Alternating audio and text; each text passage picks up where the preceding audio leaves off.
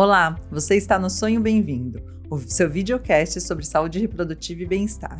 Sou a doutora Larissa Matsumoto, ginecologista especialista em reprodução humana da Clínica Vida Bem-vinda, e hoje vamos explorar o emocionante e desafiador mundo da reprodução humana com um olhar especial sobre a jornada daqueles que estão tentando engravidar.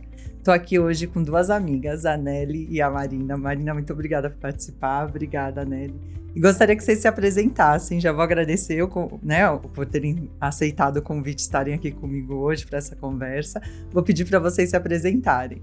Pode começar, Nelly.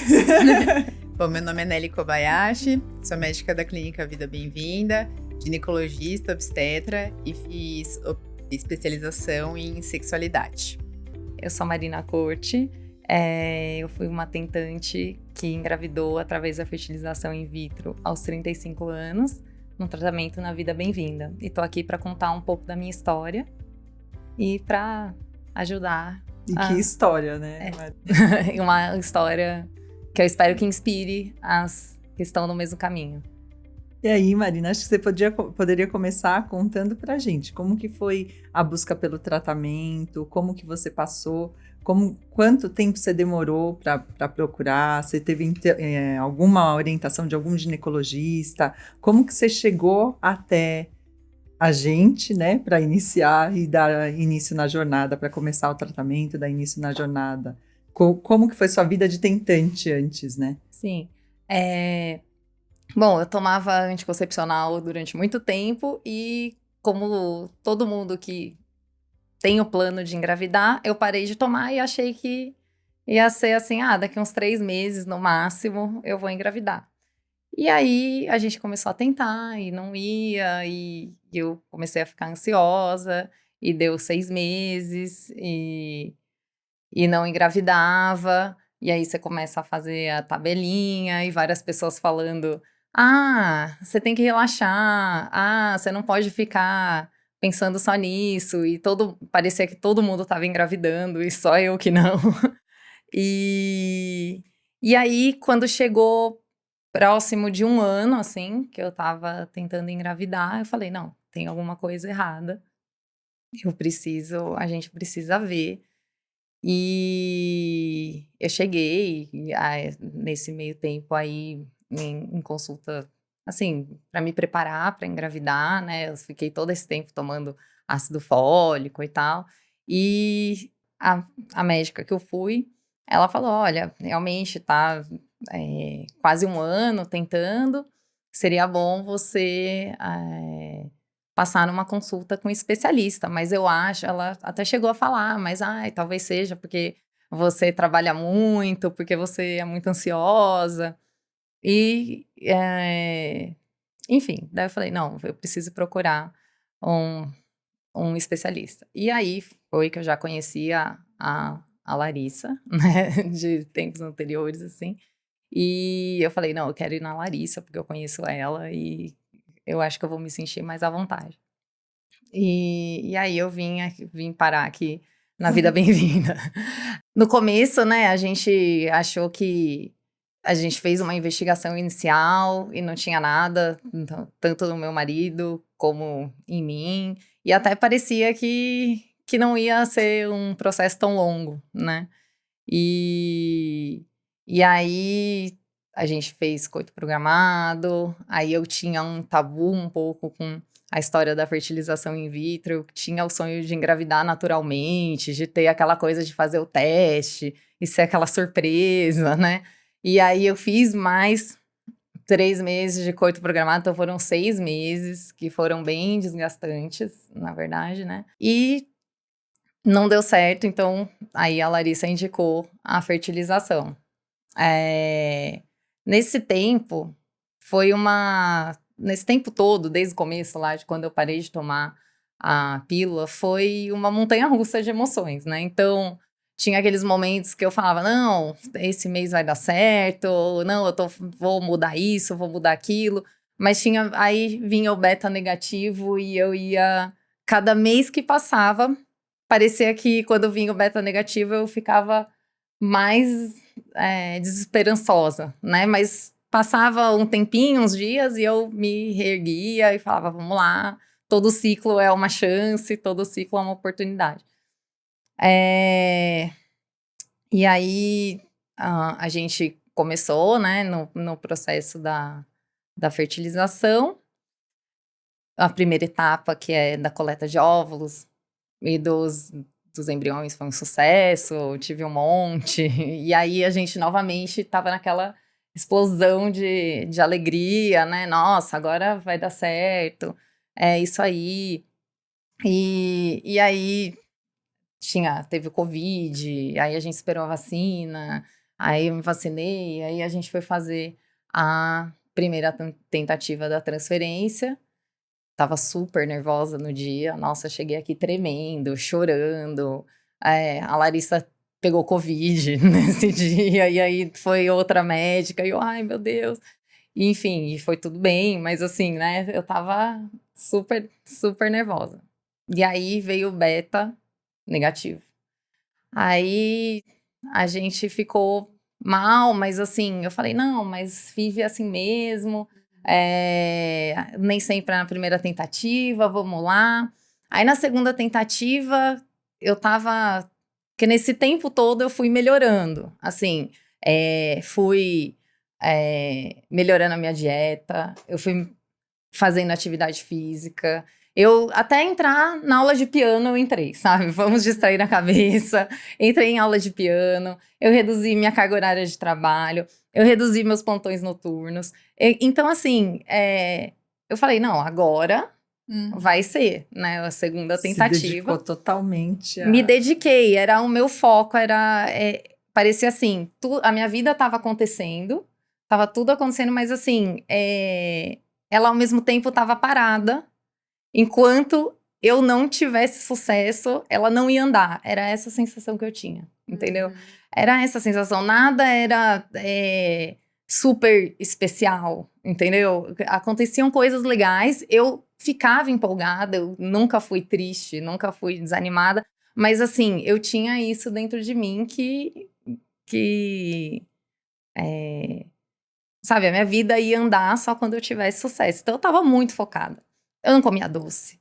Eu comia fruta que falava que era bom. Tinha, né, a fruta que falava que era bom pra engravidar. Eu fazia caminhada. Eu nadava todo dia. Era, assim, mudou muito a minha vida. E aí, a gente foi pra segunda tentativa. Assim, já né? Já tinha nome, já, né? E aí, negativo de novo. Aí, essa foi, assim, a fase mais difícil. Da segunda para a terceira tentativa, né? Que aí eu fiquei muito, muito ansiosa, com E foi muito quanto medo. tempo de intervalo entre a primeira e a segunda? A primeira foi em fevereiro de 2021. A segunda já foi em abril. E a terceira foi dia 11 de junho.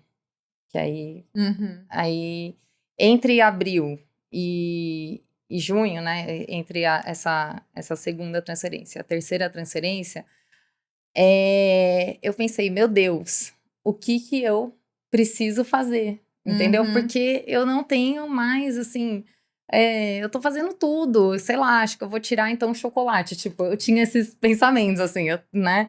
Então aí eu não comi mais doce nenhum entrava, tipo, era atividade física, mesmo que eu não tava afim.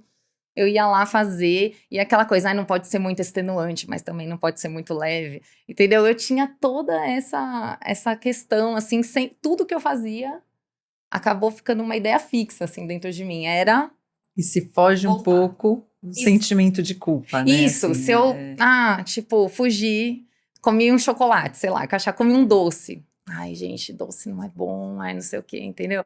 Mas, assim, entre a segunda transferência e a terceira, eu não fugi nada. Eu fui muito, assim, muito dedicada. Disciplinada. Disciplinada. E, assim, uma coisa também que aconteceu foi que eu era... Acaba que essa jornada toda, ela é muito ansiogênica, né? E nesse meio tempo eu fazia natação, fazia yoga, fui fazer acupuntura. Eu vinha de Campinas para fazer acupuntura aqui, entendeu? Assim, Porque foi um médico que a Lari indicou. Então eu falei, não, eu vou fazer nele. Então eu vinha toda semana. Era... E aí, nesse período, assim, eu resolvi me fechar um pouco mais, assim, pra mim, sabe? Porque eu acho que antes eu... Abria, contava.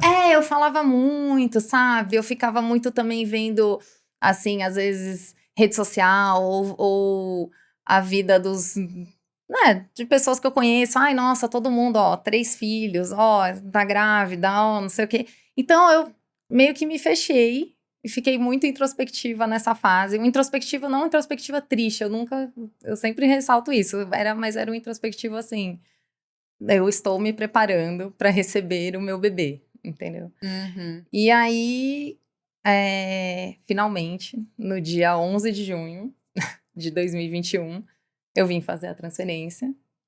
E aí, deu certo, né? Tipo, beta 9 dias depois positivo e foi muito inesquecível. E o início da gestação foi complicado também, né, Marina? A Daí história também depois não não para, acabou por aí. não acabou, não, não, tem muito chão, Aí então foi o beta positivo, e aí, nossa, chegou nossa vez, meu Deus, obrigada, né, tipo, fiquei muito feliz, nossa, eu lembro desse dia, assim, todos os detalhes desse dia, a gente abrindo o exame, sabe, vamos abrir junto, mas, olha, se for negativo, a gente vai continuar até a gente ter esse beta positivo. Era assim, sempre foi assim, é assim entre eu e meu marido. Então, aí a gente foi indo, né? A gente fez o segundo beta, ele tinha super triplicado. Agora deu certo. E aí, um belo dia, antes do primeiro ultrassom, eu tava com 5 semanas, acho. Eu tava trabalhando e aí eu tive um sangramento. Um sangramento com 60% de descolamento do saco gestacional. E aí foi repouso absoluto, muito Trogestan, muita náusea, muita ansiedade, muita insônia. E eu tinha o péssimo hábito, às vezes, de pegar e pesquisar. Ai, vou pesquisar, 60% de descolamento. Nossa, daí, meu Deus do céu. A maioria é aborto. Aí eu ficava assim, até que o meu marido, ele sempre quando eu tô saindo um pouco assim da casinha, ele me alinha os meus chakras, sabe? E aí ele falou assim, uma madrugada, eu tava com 7 semanas. Eu tava fazendo ultrassom semanal e tal.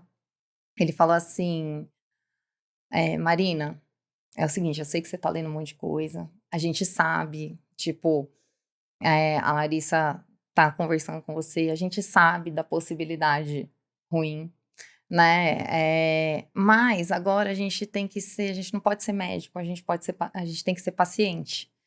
E a gente tem que agir como pai e mãe desse embrião que tá aí. A gente ouviu o coraçãozinho, tem os 60% de descolamento, mas a gente ouviu o coraçãozinho, então tá aí. Então é isso que você vai acreditar, agora você vai parar de ler, você vai acreditar. E aí, sei lá, isso daí foi um raio na minha cabeça às 2 da manhã, e eu falei, gente, não tem o que eu fazer, eu tenho que entregar, é isso. Aí eu fiquei mais calma, fiquei menos ansiosa, fiquei, né, esperançosa, é impossível falar que não. E aí foi dando certo. E aí, e aí foi evoluindo a gestação, e com 9 semanas, né, que você me deu alta, 9, 10 semanas, sei lá. Você me deu alta daqui, né, da clínica. E aí eu fui pro pré-natal normal, com 16 semanas eu 16 semanas eu saí do repouso absoluto. Eu ficava só deitada, achei que eu ia ter que fazer fisioterapia para andar. E foi pro repouso relativo, que eu saí com 25 semanas, e aí foi uma vida normal.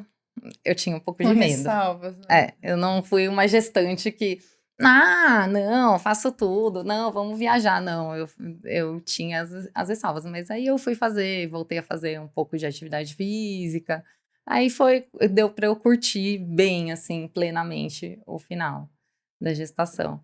Mas uma coisa que eu acho, assim, dessa jornada toda que eu vivi, que eu e meu marido vivemos, porque a gente viveu juntos essa jornada. É que, assim, eu nunca, em vários momentos, eu tinha muito medo de, meu Deus, será que eu não vou ser mãe? Entendeu? Era essa coisa que ficava dentro de mim. Mas era uma pergunta que eu fazia e, ao mesmo tempo, eu não acreditava na resposta negativa. Então, eu sei que existem muitos fatores além de acreditar. Eu sei disso que existem. Mas eu acreditei muito. Eu tive, além de fazer tudo certinho, eu pensava, gente, não é possível que eu vou passar por essa vida sem experimentar esse amor de mãe, assim. Então, isso me dava força e, nossa, eu fico até emocionada. Sempre fico, porque eu falo assim que a Catarina, agora já falei o nome, né, da minha filha, ela já era amada antes dela nascer, antes dela vir. Então, a gente começou a querer engravidar, a gente já imaginava, já pensou nessa casa um bebezinho, já pensou não sei o quê. Aí depois a gente foi fazer acordo programado. Tipo, será que esse mês vai? Será que tem um bebezinho aí? Aí depois a FIV, tem um monte de embrião, nossa, nosso time de futebol, né? Tipo, tinha um monte. Aí tá, quem será que vai ser nosso primeiro bebezinho?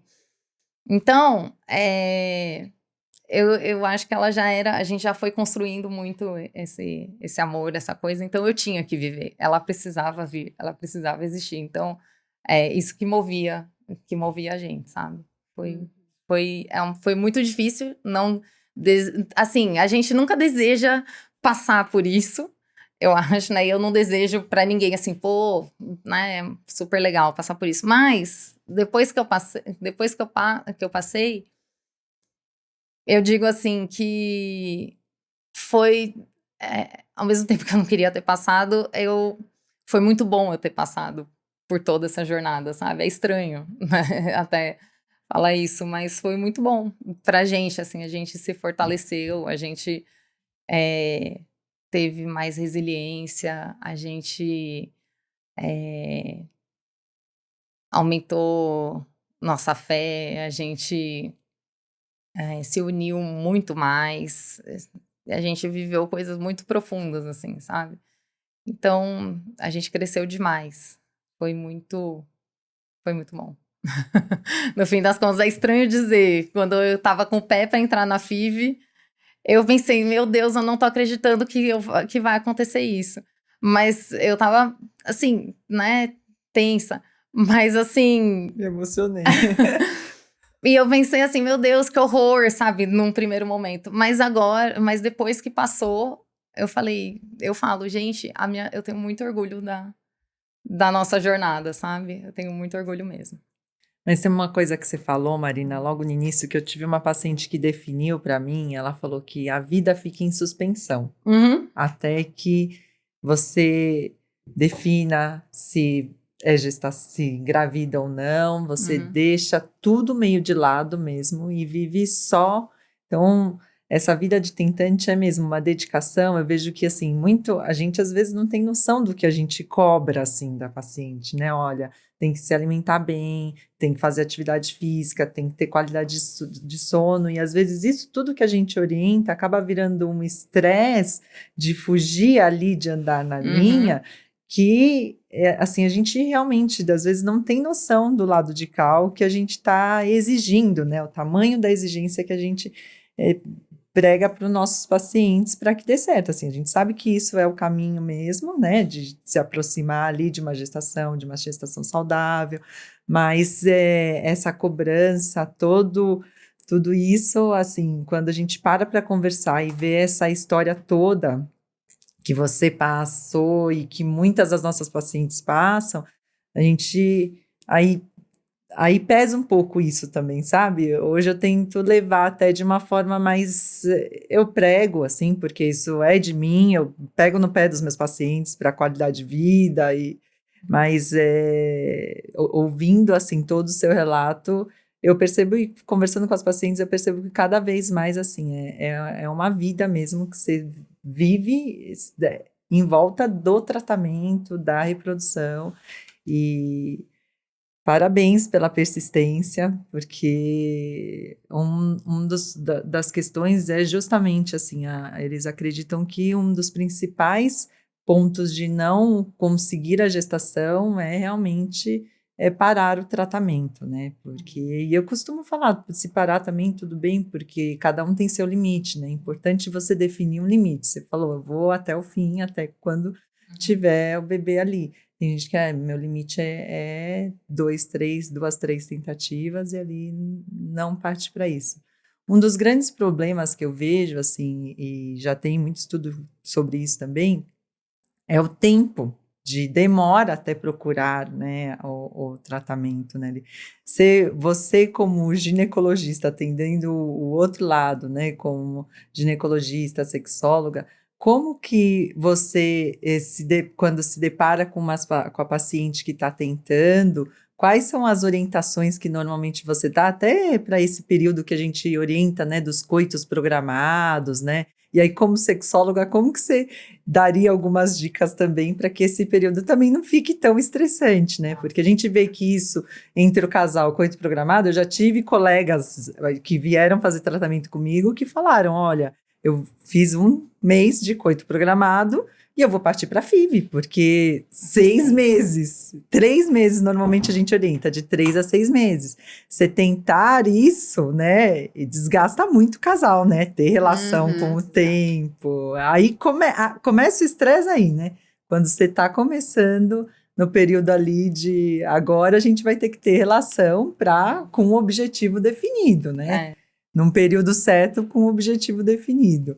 Como que você orienta as suas pacientes, Ellie? Acho que mais interessante, assim, antes de eu comentar, que, né, obrigada por ter compartilhado com a gente essa história, Marina, mas, assim, você podia falar também um pouco pra gente se, de alguma maneira, a questão da intimidade entre vocês, relação sexual também, desejo, vontade mesmo, e própria intimidade mesmo, se ela afetou, se afetou, a partir de quando que afetou, acho que ia ser interessante, assim, né?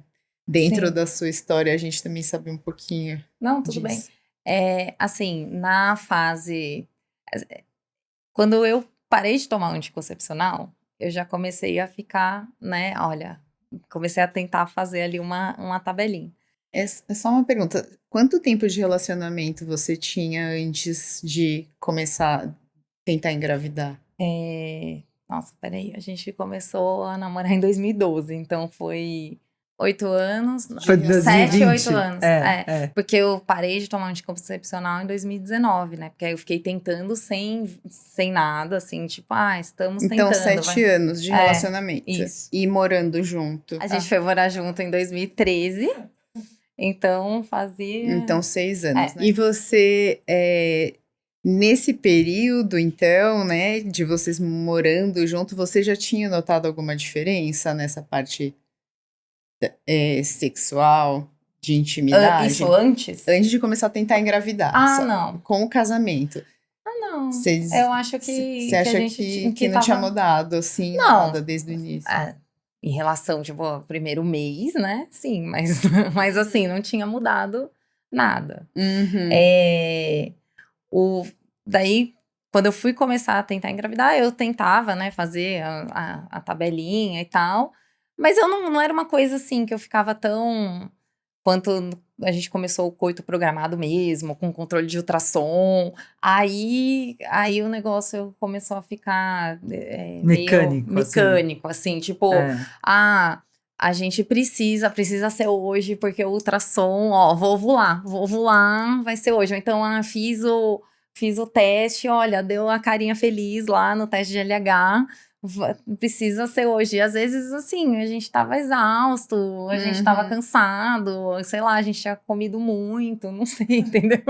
Então, isso era uma coisa que não desgastou o nosso relacionamento, assim, particularmente entre a gente. Mas, se não dava certo nesse dia, se não rolasse, tipo, sei lá, a gente, enfim, não rolava, eu principalmente, já pensava, perdi um ciclo. Gente, eu perdi um ciclo. E às vezes eu chegava a ficar muito chateada, sabe? Ficava mal, assim, no outro dia. Ai, não devia ter feito isso ou aquilo, porque devia ter sido ontem, entendeu?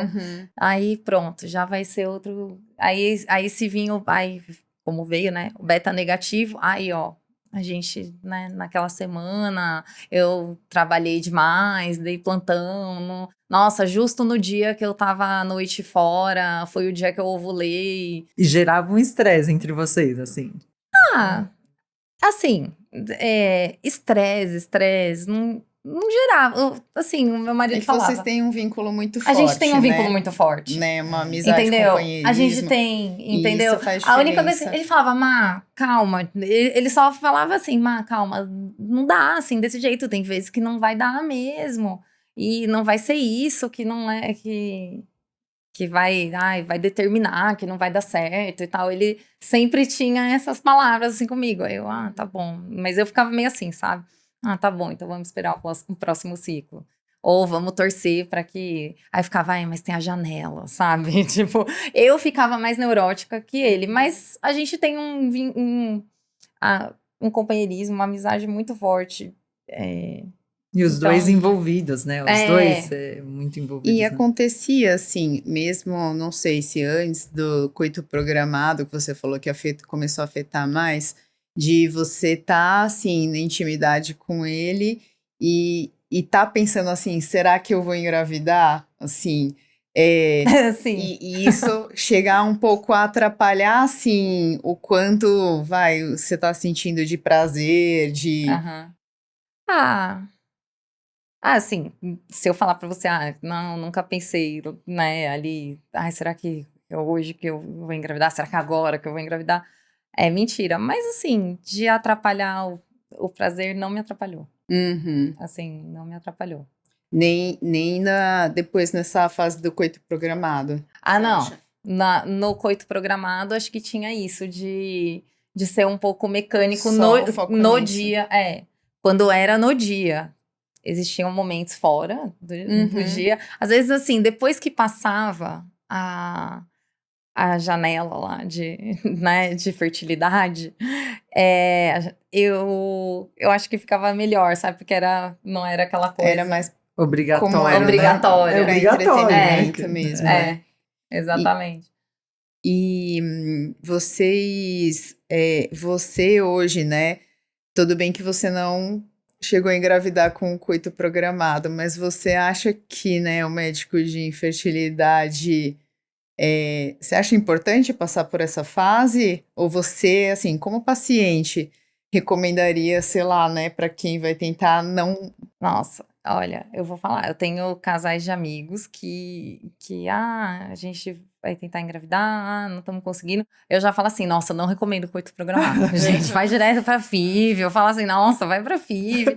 Porque, não, coito programado dá um estresse. Naquele dia você tá muito cansado. Aí você fala, nossa, eu vou perder esse ciclo aqui. Você fica nisso. Então, assim, eu sei que...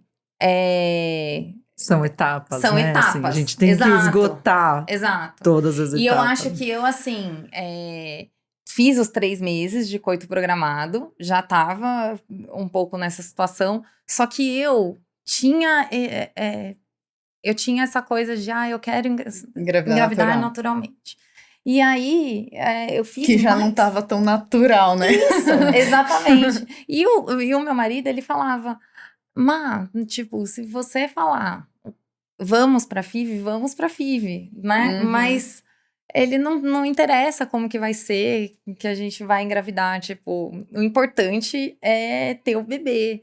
E eu ficava ainda nesse tabu, e aí eu prolonguei esse coito programado. Não, eu não faria isso. Talvez eu fizesse os 3 meses, né, por ser etapas, isso antes de conhecer como era, né, mas mais 3 meses, eu acho que foi mais para eu amadurecer a ideia de que eu ia ter que partir para fertilização. E isso é um ponto, assim, né? Eu costumo falar para os meus pacientes, FIV a gente não é porque quer, vou lá fazer uma FIV, né? É porque realmente são os casais que precisam. E coito programado, inseminação, são pouquíssimos os casais que a gente acaba indicando, porque assim, quando você tem tudo muito certo mesmo, olha, não tem muito fator aqui de infertilidade, jovem, como você era, aí ok, agora é uma minoria mesmo que a gente, mas depois do tratamento é uma queixa constante mesmo, os que dão certo, os que não dão, falam, olha, se tivesse que fazer mais uma vez, talvez não partisse para isso. As pacientes se queixam muito para você, Lari? Ou você pergunta ativamente? Então, durante esse período, eu fico sabendo depois, né, assim, mas antes eu não, acho que até é porque a consulta também de fertilidade, você tem que... Não é esse o foco, né? Eu confesso que eu acabo deixando a parte sexual, assim, bem de lado. Essas perguntas que você fez, por exemplo, para a Marina, eu estava aqui pensando, falei, nossa, acho que é importante saber isso, né? Como já estava o relacionamento, porque eu vejo entre os casais também que estão na infertilidade, muitos acabam que tem ou essa aproximação mesmo, olha, estamos juntos e fortalece o relacionamento, né? Porque dificuldade ou aproxima ou afasta as pessoas de uma forma geral, né? Os relacionamentos de uma forma geral, amizade, ou quando você passa por dificuldade, ou você se torna mais próximo da pessoa, ou você se afasta porque você vê que ali não tem o companheirismo, né? A empatia. E passar por isso tudo, né? Passar pela infertilidade, por essas tentativas, por ter que uma coisa que é prazerosa entre o casal virar uma obrigação com outro objetivo. A gente tem casal ou que se une mais e tem o casal também. Poucos, graças a Deus, durante minha vida, né, trabalhando com isso, mas tem um casal de separação e que agora, pronto, o embrião está formado muitas vezes e vamos ter que descartar o embrião, ter que pensar. Mas eu falho nisso mesmo, eu vejo que não é uma condutativa perguntar. Depois do coito, quando vai partir para o tratamento, né, uma etapa ali, olha, a gente tentou os 3, não deu certo, vamos tentar inseminação, talvez, não é normalmente o primeiro caminho, talvez direto para fertilização in vitro, aí muitas delas trazem isso, não eu perguntando muito ativamente. Eu acho que uma vez a gente até estava conversando disso, né, desse coito programado, que realmente ficar muito tempo nele acaba estressando muito os casais, né? Faz um tempo já, eu e a Lara, a gente estava conversando sobre isso, de como tentar orientar melhor para ser um pouco menos estressante, né? Daquilo ser mecânico. Então, eu falo assim que é muito difícil mexer com essa parte erótica, sexual nessa fase, porque não é o foco realmente, né? Acho que o desejo de ser mãe é uma coisa assim tão intensa e prioritária para muitas mulheres que quando você vai falar aquilo, realmente aquilo é a vida da pessoa, ela vai se dedicar 100% e também vai ficar focada meio que só naquilo, né? Então, às vezes você ficar orientando coisas a mais para ela fazer vai ser mais um estresse do que ajudar, né? Então, às vezes ficar falando assim, não, ai, como que tá o desejo, tem que fazer isso, tem que fazer aquilo. Nossa, vai ser mais um estresse, já tem que fazer, não sei quantas vezes atividade. Então, às vezes tentar, eu acho que o ideal sempre é falar, o importante no casal é tentar manter mesmo, né, esse companheirismo, a amizade, e por esse período aí, talvez essa parte sexual fique um pouco de lado, não seria ideal falar de lado, né? Mas assim, sem tanta prioridade para isso, né? Aí até tinha falado, como tem essa programação, né?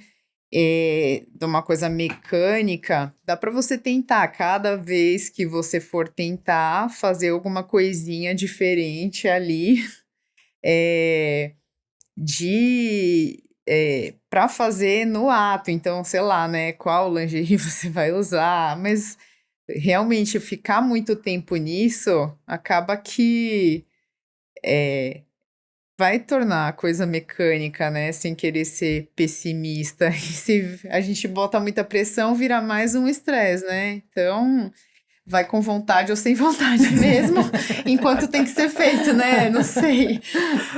A gente tenta ajudar a orientar, mas é difícil, né? Muitos casais realmente se queixam, né? Disso, de acabar ficando mecânico, de estar ali, em vez de estar ali, assim, curtindo, tá gostoso, não tá, né, vou ter orgasmo ou não, né, assim, a troca mesmo ali, a intimidade, mas assim, às vezes em vez disso você tá pensando, ele vai ejacular e eu vou engravidar nessa, então assim, não tá ali, né, no momento presente, então, acho que, sei lá, se eu fosse escolher uma dica assim, seria fazer meditação, né? Que aí é para tentar focar mesmo no momento presente, curtir, não deixar de abraçar, de conversar, de falar quais são os seus sentimentos, né? Às vezes você tá frustrada com alguma coisa, você espera alguma coisa do seu parceiro, e aí você guarda, você não quer magoar, aquilo fica dentro de você e acaba afetando. Você vai falar mais ríspida ou alguma coisa assim em outra situação, mas no fundo tem a ver com isso. Você esperava que, na hora ele fizesse tal coisa. Então, assim, o casal que tem uma amizade muito forte, um vínculo que conversa bastante, que apoia, você vê que interfere menos, né? Mesmo nessa fase. Então, acho que mais do que nessa parte, né, quando vem alguém que encaminhada, que tá tentando, é difícil, assim, trabalhar uma Parte paciente, sexual, né? a parte sexual, de quem não tá tentando, que aí, assim, não vai a prioridade vai ser essa, né? Assim, melhorar a parte sexual. Agora, na tentante, a prioridade é outra. Então, acho que é difícil um pouco trabalhar, né? Você insistir, né, da pessoa assim, vai viajar, vai curtir e tal, para desestressar. Mais uma cobrança. É mais uma cobrança, né? É. Então, acho que é um pouco difícil, né? E na gestação, assim, você... porque tem mal-estar, né? A mudança do De corpo. repouso absoluto muito tempo. Então, assim, né? Aí E depois fora quando liberou, você fica com medo também, né? eu tava com medo, assim. A gente tinha medo, ele tinha medo. Uhum. Então, foi um período, assim, né? Mais... Uhum. menos, na verdade. Menos. Não foi mais, não foi menos. E o puerpério também afeta bastante, né? Parte do casal, mesmo estando liberado, é uma fase que não tem muita vontade. Sua prioridade você não dorme. Então, assim, você quer dormir. E mesmo a questão hormonal, né? Assim, isso. a prolactina inibe também, né? Eu falo, na natureza não seria para a mulher estar pensando nisso, né? Sim. Seria para focar na criança, amamentar. Então, aí é outra cobrança, né? E eu acho que é uma fase bem difícil, né? O casal que sobrevive a isso. O que eu acho é que é isso. Precisa de muito companheirismo. E isso, ser muito aberto um com o outro, assim, que é o que eu e meu marido, a gente é. A gente conversa muito, tenta entender um lado do outro, enfim.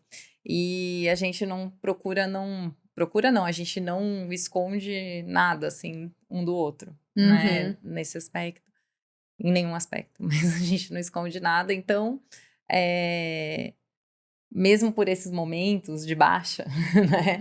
Então, puerpério e tal, a gente sente que o outro tá ali e que isso, né, a vida sexual, ela é importante, mas ela não é a única coisa importante num casal, ela Uhum. não é e muitas vezes ela não vai ser a prioridade em muitos De um momentos, né? relacionamento É, maduro, não, né? Assim, né? isso, A gente acaba vendo isso mesmo. é. Marina, aí você poderia dar um conselho? Você falou do relacionamento entre vocês dois, um conselho para quem está assistindo, para quem está passando por tudo isso, porque sua história não para aí na gestação, né?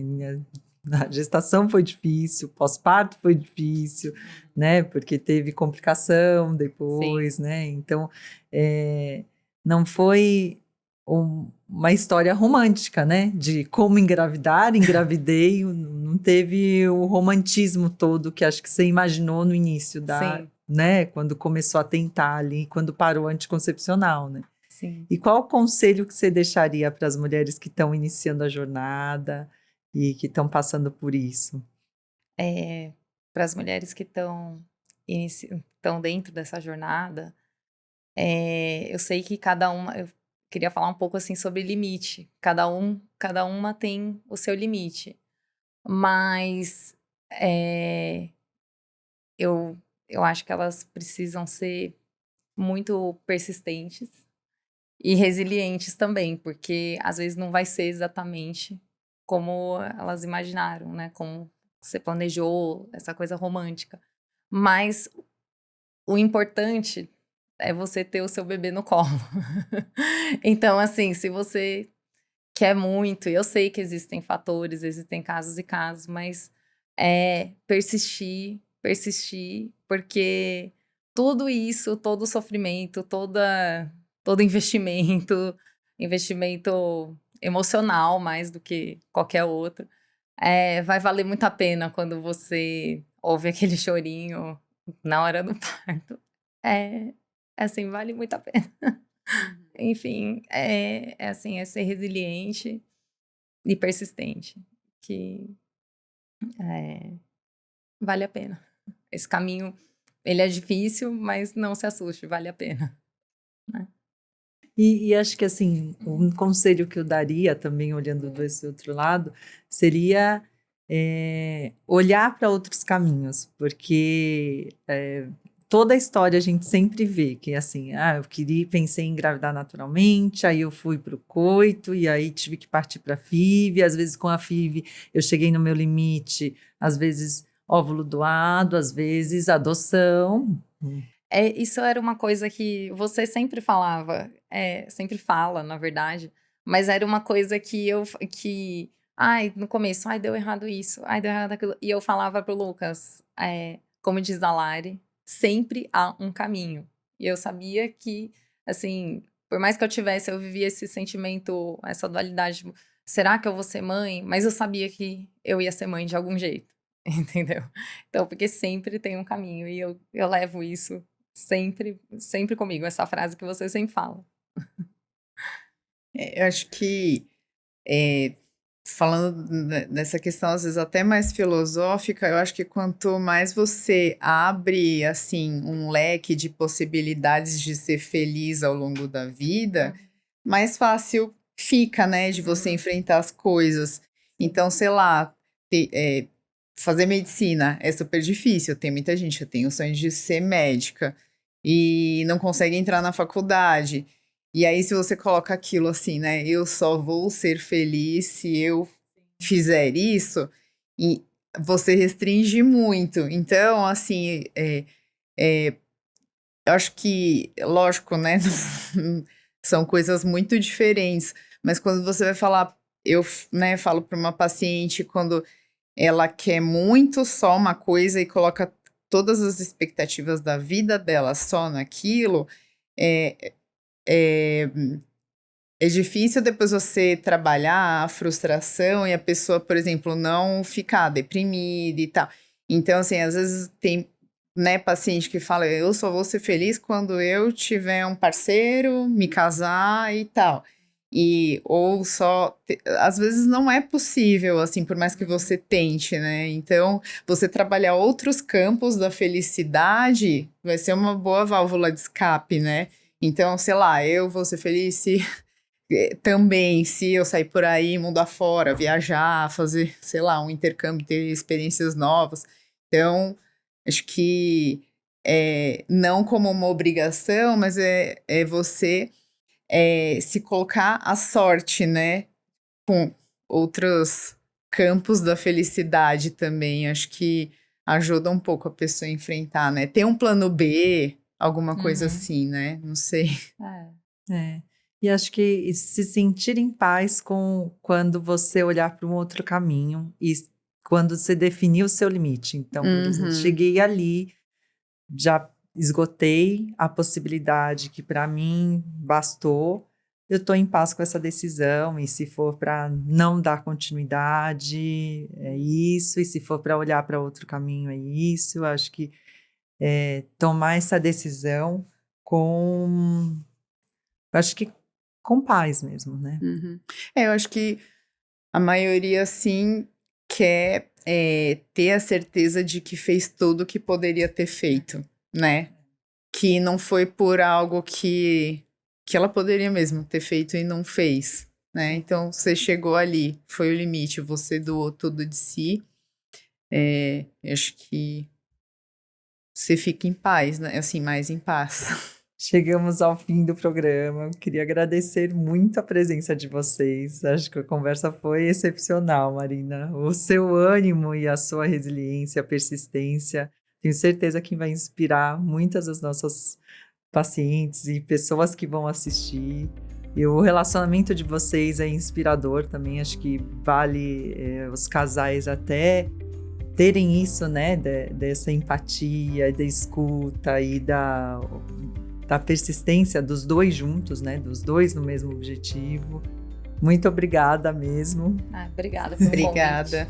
Obrigada. Obrigada, Nelly. E também, assim, que, né, se pudesse falar também de considerações finais, assim, além disso, né, de sempre, né, tentar manter o vínculo, o companheirismo, às vezes, se a parte sexual não tá bom, você não deixar de perder, assim, a intimidade, no sentido, assim, não deixar de abraçar, de beijar, de trocar carinho, né? Assim, a parte sexual pode ficar assim, secundário, mas a hora que você perde a intimidade com seu parceiro, assim, né, ou parceira, depois é muito difícil recuperar, né? Então, e não é só com sexo que você vai conseguir manter isso, né? Então, não deixar de abraçar, de trocar carinho. Obrigada a todos vocês que estão acompanhando aqui. Chegamos ao final de mais um episódio. Se você gostou desse episódio, quer mais informações, nos acompanhe nas redes sociais. E espero que tenha gostado. Um beijo, até o próximo episódio.